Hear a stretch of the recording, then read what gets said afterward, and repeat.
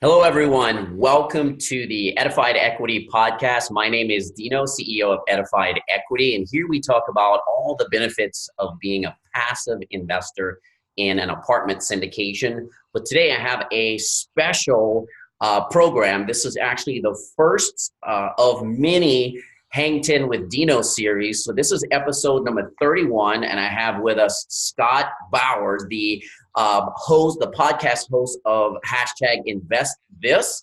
And we want to jump in right into Hanging 10. But before we do that, I'm going to ask him to tell us a little bit more about himself. Go ahead, Scott. Absolutely, Dino. Thanks for having me here. I'm glad to be here. Yep, I am CEO of HBSB Holdings here in sunny Phoenix, Arizona. And we do a bunch of different things, actually. I have a single-family portfolio. We flip and wholesale single-family houses, as well as passively invest in multifamily investment deals. And so pretty well-versed, I guess, in that realm and enjoy it a lot. Yeah. Well, that's great. Hey, it's a pleasure to have you here. I was a guest on Scott's podcast that aired not too long ago. I had a great time and want to just, again, thank you for that opportunity. Absolutely. So what we're going to do today, since this is our first one, I feel it calls for a little bit of background. As most of you may or may not know, I am a veteran of the United States Navy. And when I was a veteran, I was, not that we were home much, but I was based out of Norfolk, Virginia. And I took up surfing and I really loved it. It was a combination of being athletic. It really just took you to a place almost like meditation. They had nature involved and I just enjoyed it. So as a play on my passion and love for surfing, I wanted to do a series with guests, expert guests like Scott, called Hanging 10 with Dino. So Scott, are you ready to hang 10? I'm ready, man. Let's do it. All right. So the first question is, what or when was your aha moment that drove you towards real estate versus other things that you could have done? Absolutely. And it's really a pretty easy question for me. Growing up, I was always an entrepreneur and always in sales. And really what it was that pushed me into real estate was that I was looking for somewhere that I knew was never going to go away. Mm-hmm. Real estate is one of those things that is a basic human need, which is shelter. And not only that, but there is real estate all over the place. Everything that we do on a daily basis is housed in real estate. Everything that we, every store you walk into, every business that you're in, it's all real estate. Every house that you live in, apartment that you live in, etc., is all real estate. So I knew that was a way that I wasn't going to get kicked out of the market. It's always going to be here. Right. Yeah. It's not going away. Not going away. Yeah. I say that also, Maslow's hierarchy of needs, one of the things is shelter. And right.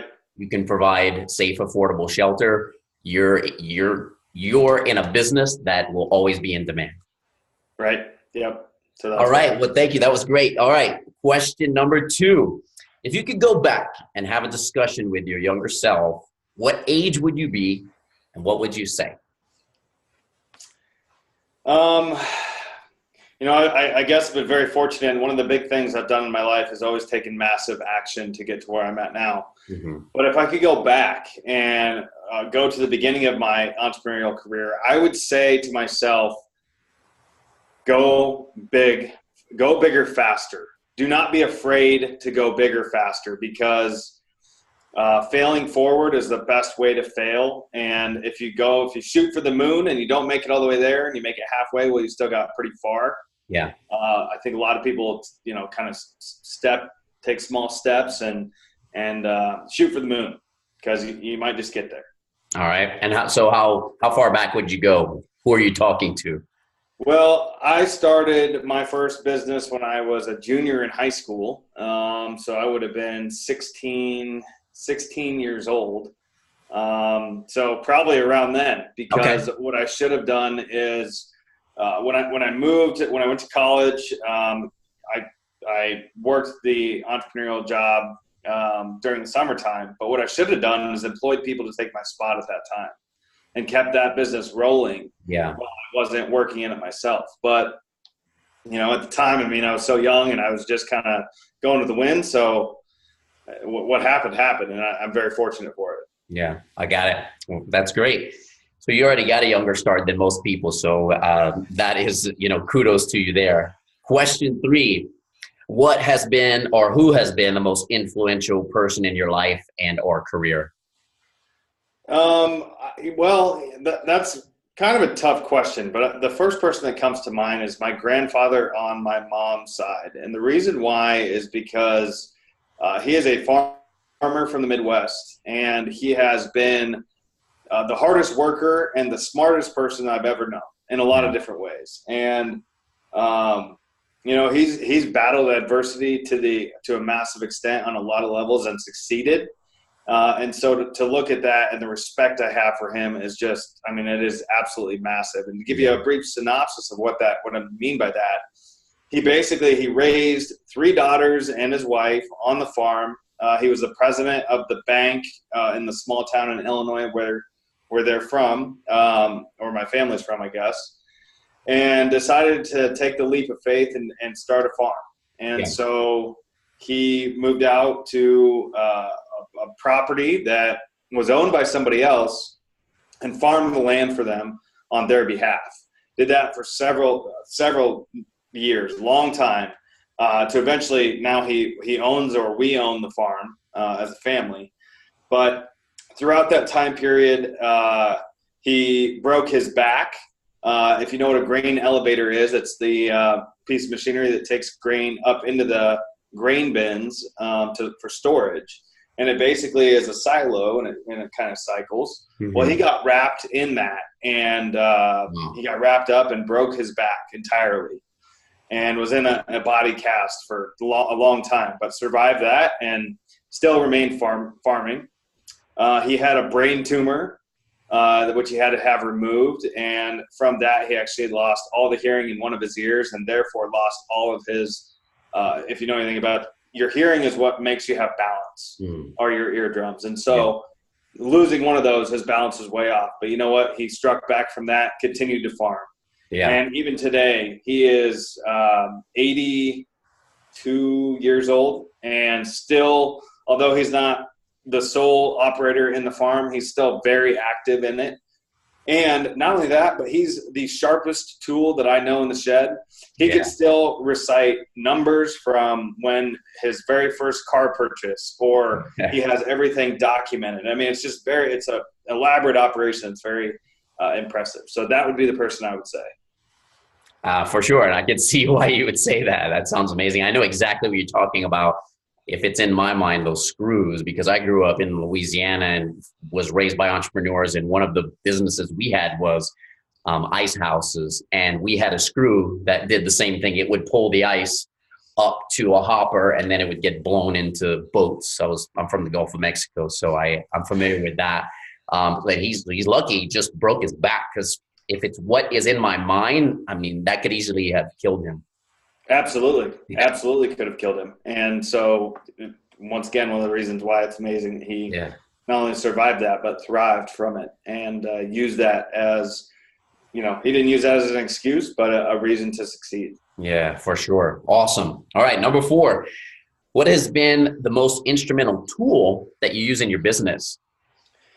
So when I started my business, it was basically, how do I funnel leads? Where do I keep all of these? How do I make the system, or how do I make sure that I don't let leads fall through the cracks, and I keep everything organized? So the number one most important tool that I've ever used is called Investor Fuse, and it's a CRM that I actually helped to build. The CEO of that company is a friend of mine, and we built, when he originally started the first version of it, we built it kind of off my platform, off my business, because it's a real estate based CRM system. And so for me, you have to, or it doesn't matter what business you're in, if you can't organize your leads and your deals and everything in one spot, you will let stuff fall through the cracks. And that would be the most instrumental tool that I think I've used so far in my business.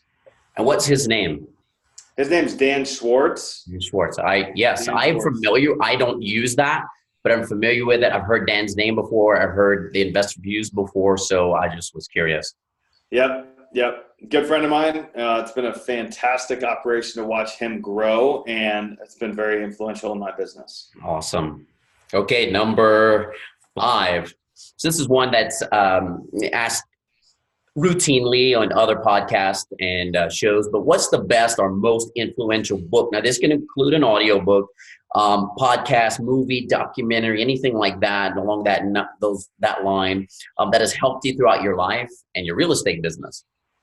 So, I think this book it's such a common book, but it's such an influential and impactful book, which is Think and Grow Rich. And the reason why, Napoleon Hill really was an intelligent individual. Yeah. And at that time that he wrote the book, this is far before us, right? The original version of the book, he was on something. And it is basically that if you can see it in your mind, it can become reality. And I think that so many of us get stuck in between our two ears and don't fully utilize that theory to the extent that it should be. And so that book to me is the most influential, I think. And I continue to read it. And I would say that I read it every year, but that's the goal. It just doesn't always seem to happen. This year's almost over and I haven't read it again this year, but it's that would be my favorite book. Yeah, agree. It's definitely a classic and I think a favorite of most people. And if you put exactly what you said, if you take the mindset and what we started off with was what you went back and told your younger self, that massive action and go bigger, faster. I think if you have those two things and you put them into play, it's hard to go wrong. Yep. All right, number 6. What daily habits or rituals do you perform that help you stay focused and be successful? So there are 2 very important pieces of my morning that happen every single day, no matter what. And that is exercise and meditation. Got it. Every single day, my alarm clock goes off at 4:50 a.m. every day. Okay. And most days I'm up, a couple minutes before that. But I'm very, I have to get up and I have to meditate first, and then I work out every day. Because in my mind, that's how you reset yourself and you set yourself up, not only mentally, but physically to conquer the day, to treat the day and make sure you get everything done. And especially, here in Phoenix right now, the sun is not even up yet by the time I'm done working out. And so I am just charged and ready to go every single day, ready to take on whatever challenges that day is going to bring. Got it. Yeah. So you get that head start. I've always I remember from being just a young boy, my parents would on the weekends, because my dad, I had a good example where I didn't hear that front door close later than 4:30 a.m. ever. So I always had a good work ethic, but, and I learned that from watching him. But I remember my mom, this is back when we had you turn the channels. But she would tell me, because I would wake up early and she would you turn the TV on and Captain Kangaroo is going to be playing. So they had me fixed up so I didn't wake up the whole house. Okay. And I agree though, what I was trying to get at is not that I watch Captain Kangaroo, is that I still to this day, that's been my most productive times, is because I do a lot of business. Even with people on the East Coast. And they're like 2 hours ahead of me, but still I get up and moving and get a jump even on their day. And it just helps so much. So I'm in alignment with that for sure. Not only that, but everybody else, not everybody else, because obviously there are individuals that are up and around at that point, but for the most part, most people are not awake at that time, or they're not, my phone's not ringing. I don't have people calling for different reasons at that time. Yeah. This is my time in the morning to get my stuff done and to get centered for the day to make sure I can really conquer what's ahead. Got it. Yeah, that makes sense. Okay, number 7, what is the best piece of advice you would give to someone just starting out as a real estate investor? Well, this is going to go back to a previous answer that I had, and it's very common across the board. And this is take massive action. Take massive action. Anytime that you feel like it's a little bit uncomfortable, that's the time that you need to be, because that's where you're growing. Yeah, that's the best opportunity for you to move forward. And don't be afraid of it. Embrace it. Yes. Yeah. I remember one. Kind of thought leader, and one of the things he always would say is you grow the most when you're on the border of like order and chaos. And, and if you can just keep pushing through to that other side, you know, it's there. And then there's going to be a new kind of chaos to break through. But 100%, that's when you grow, because that's when the other, I don't know, 98, 95, 99% of the people turn around and go back to comfort. You got to push through. Yep. You have to push through, and it's uncomfortable. I mean, I'm dealing with that right now, and it's uncomfortable, but it's what's needed to keep moving forward. So that's what we're doing. Agree. Yeah, agree 100%. I'm in the same boat. I posted something recently about, because I talked about fear on if you haven't listened to my episode on Scott's at the very end, when he puts me through the lightning round, I talk about fear and the first time I conquered fear. But it's like, if you're not experiencing fear, I don't know if you're truly experiencing life. And I've always found it to be, it's like a high, it's exhilarating. And even if I'm shaking in my boots, I like to, you know, attack it. And having that breakthrough is when you feel good. And then you realize there's going to be another wall there and you do it again. Yep. True statement. Yeah. Okay. Number 8, what is the one thing you would have done differently when you first started out real estate investing? Wait, this is really... Did I just ask that? No. We talked about the best piece of advice. Okay, yeah, you're right. So the one thing you'd have done differently. Yeah, and really this is also very simple for me. And that would be, in my world, I would start off investing in apartment buildings from the very beginning. Yeah. That's really what I would do differently.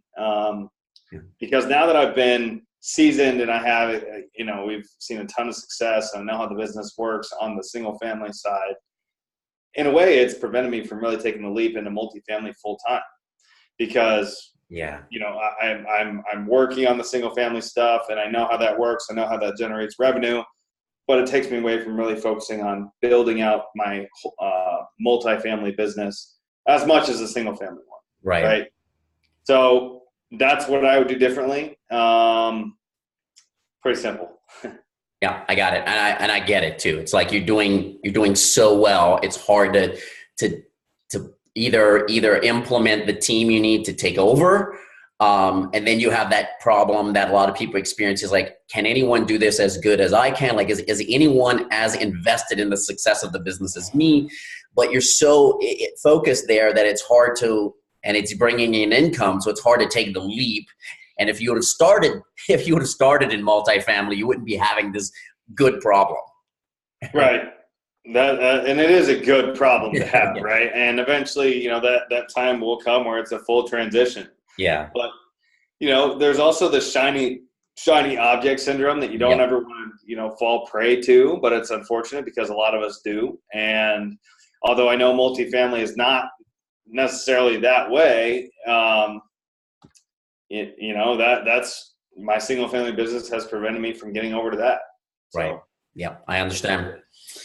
And so that was question number 8 for the record. Here is number 9. If you had to choose one, would it be to have $1 million liquid today? So it's like, here you go, here's $1 million. Or would you travel back in time? Maybe it was that 16-year-old self we talked to earlier, being able to take all the knowledge and wisdom you have today and start over. Ooh, that's a powerful question right there. So so I clarify the question, either take $1 million today. Liquid, and you're today. Yeah. Okay. $1 million today. Or I go back, taking all the knowledge that I have today and go back to my 16-year-old self. And do it again, but you get the brain that's in your head right now. That, to me, that's an easy question now that I can clarify that. I would certainly go back with the knowledge I have today, go back to my former self when I was 16 years old and just implement what I know now, because I would make way more than $1 million. I'd be able to utilize and spread that so many different places.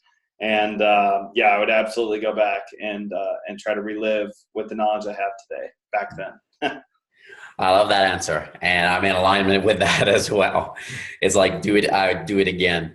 So, and here, that was number 9. So we're hanging 10 here, getting close to the wrap up. What currently excites you or what projects are you working on? And we have time, so you can feel free to share both. And it might be both. It might be the same answer. Yeah.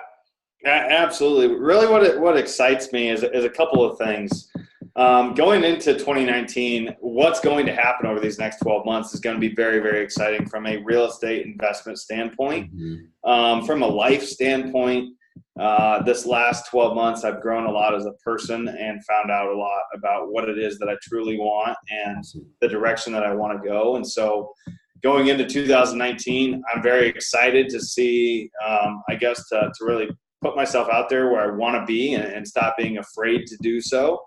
I think every entrepreneur out there has a bit of fear in them or something that holds them back from something that they want to, where they want to go or what they want to achieve. Yeah. Some will say, I feel like I'm a very massive action taker, but there's always a little bit of something that, I'm either preventing myself from getting or, not for whatever reason, not doing. And so in 2019, that for me, I'm not going to do that. I'm putting a stake in the ground saying this is not going to happen for 12 more months or for another year.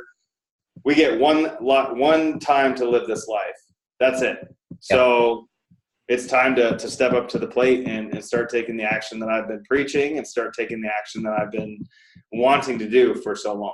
Yeah, I love that. And I say this to myself, I say it to my kids or people just that I'm inspiring, whether it be on social media, wherever, but I always constantly remind myself, this is not a dress rehearsal.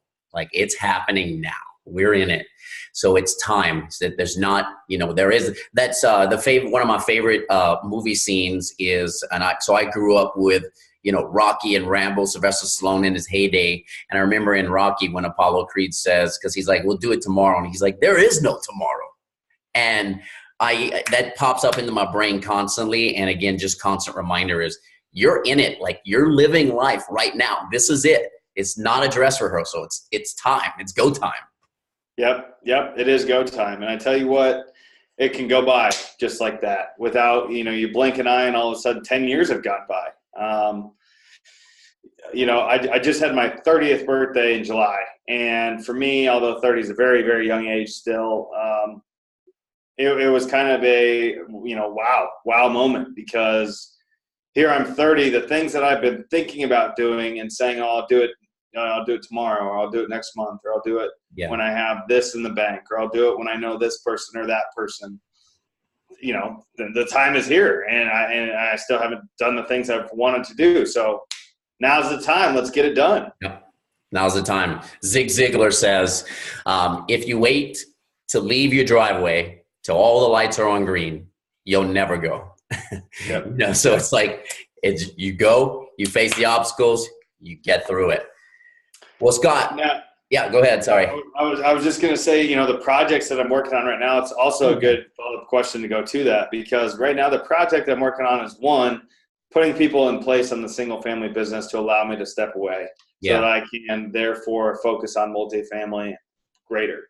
That is a big project for me. It's something that I'm very nervous about. It's one of my uncomfortable moments that I'm going through right now that, it needs to happen. Yeah.